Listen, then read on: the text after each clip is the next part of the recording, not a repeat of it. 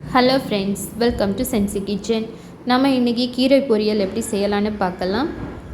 ஒரு pan heat பண்ணிக்கலாம். தேவையான அளவு ஆயில் ஆட் பண்ணிக்கலாம். கடுகு ஜீரகம் ஆட் பண்ணிக்கலாம். இது நல்லா பொரியட்டும். கூடவே கொஞ்சமாக கறி லீவ்ஸ் ஆட் பண்ணிக்கலாம். இனி நம்ம கட் பண்ணி வச்சுருக்கிற கீரை, ஆனியன், பச்சை மிளகாய் இதெல்லாம் ஆட் பண்ணிக்கலாம். பச்சை மிளகாய் உங்கள் காரத்துக்கு ஏற்ப கூட்டவோ குறைக்கவோ செய்துக்கலாம். நான் 3 பச்சை மிளகாய் ஆட் பண்ணியிருக்கேன். இனி தேவையான அளவு சால்ட்டு ஆட் பண்ணிக்கலாம். ஆட் பண்ணிவிட்டு இதை ஒன்ஸ் நல்லா கலந்து விட்டுக்கலாம்.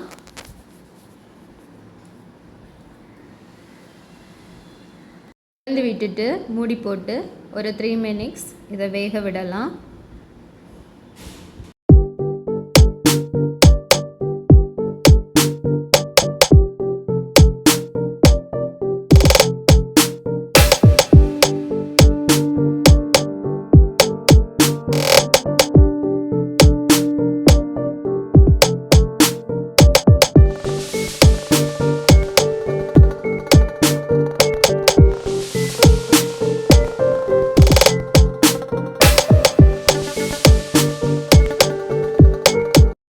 ஒன் கப் தேங்காய், 1/4 டீஸ்பூன் மஞ்சள் தூள், ஒரு பெரிய பல் பூண்டு,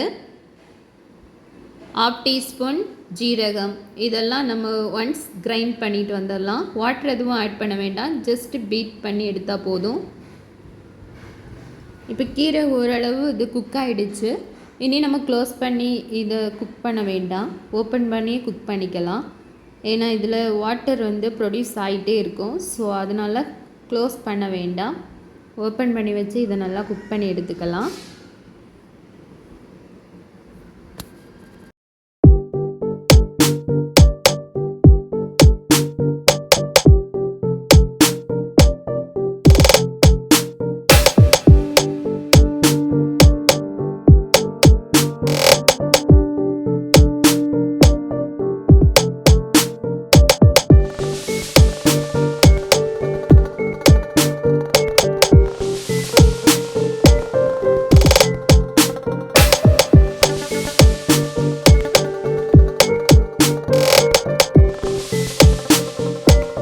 இப்போது நம்ம கீரை நல்லா குக் ஆகிடுச்சு.